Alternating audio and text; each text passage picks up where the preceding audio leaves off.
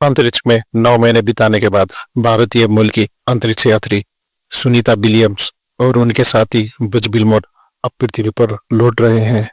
यह मिशन सिर्फ अंतरिक्ष यात्री के लिए नहीं बल्कि पूरे वैज्ञानिक समुदाय के लिए भी बेहद अहम रहा है, क्योंकि इसमें कई तकनीकी चुनौतियां सामने आई। हालांकि उनकी वापसी कोई साधारण प्रक्रिया नहीं होगी। नासा ने इसके लिए एक सख्त प्रोटोकॉल तैयार कर रखी है, जिसमें 4 बड़े चरण शामिल है। आइए जानते हैं कि जैसे ही वे धरती पर लौटेंगे उनके साथ क्या क्या होगा।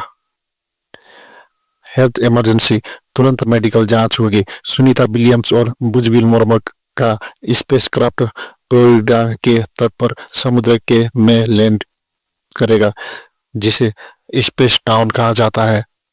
जैसे ही यह प्रक्रिया पूरी होगी, नासा की विशेष रिकवरी टीम उन्हें बाहर निकालने के लिए पहले से ही तैयार होगी।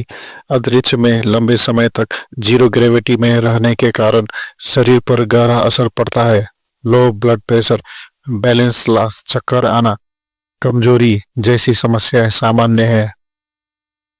इसलिए अंतरिक्ष यात्रियों को बाहर निकालते ही स्पेसर पर लिटा दिया जाएगा और उनका blood pressure, heart rate, neurological response आदि की जांच की जाएगी, ताकि यह सुनिश्चित किया जा सके कि वे स्वस्थ हैं। नासा के कंट्रोल में रहेंगे, सीधे घर नहीं जा सकेंगे। मेडिकल चेकअप के बाद सुनीता विलियम्स और उनके साथी को सीधे घर जाने की अनुमति नहीं होगी।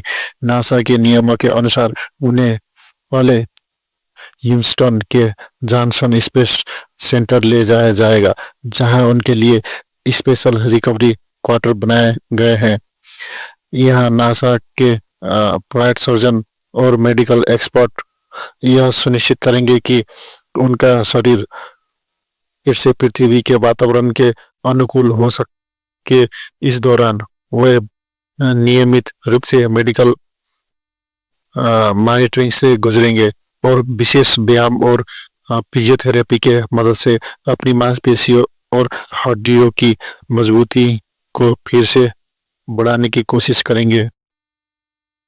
मिशन डी ब्रीफिंग, हर जानकारी साझा करनी होगी। नासा के लिए यह मिशन सिर्फ एक अंतरिक्ष यात्रा नहीं था, बल्कि यह बोइंग स्टारलाइनर कैप्सूल की एक बड़ी परीक्षा भी थी। इस मिशन के दौरान हीलियम लीक्स और थ्रस्ट फेलियर जैसी तकनीकी समस्याएं सामने आई, जिससे यह अभियान लंबा खिंच गया। लैंडिंग के बाद सुनीता विलियम्स और ब्रूस विल्मोर को नासा के वैज्ञानिकों के सामने मिशन डी ब्रीफिंग करनी होगी, यानी उन्हें अपनी पूरे अनुभव, तकनीकी समस्या और अंतरिक्ष में बिताए गए समय के बारे में विस्तार से रिपोर्ट देनी होगी। फैमिली रियूनियन, लेकिन पब्लिक अपीयरेंस के अनुमति नहीं होगी। यह सबसे भावनात्मक क्षण होगा जब सुनीता विलियम्स अपने परिवार से मिलेंगी।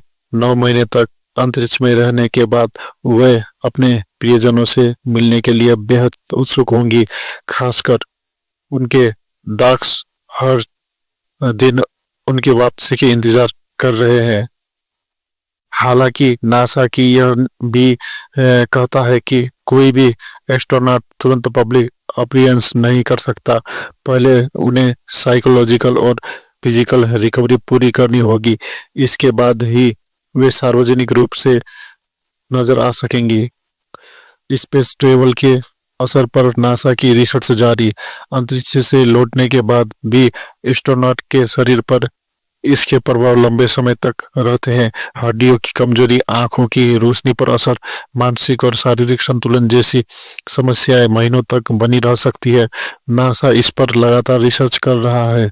अंतरिक्ष यात्रियों की रिकवरी को और बेहतर कैसे बनाया जाए।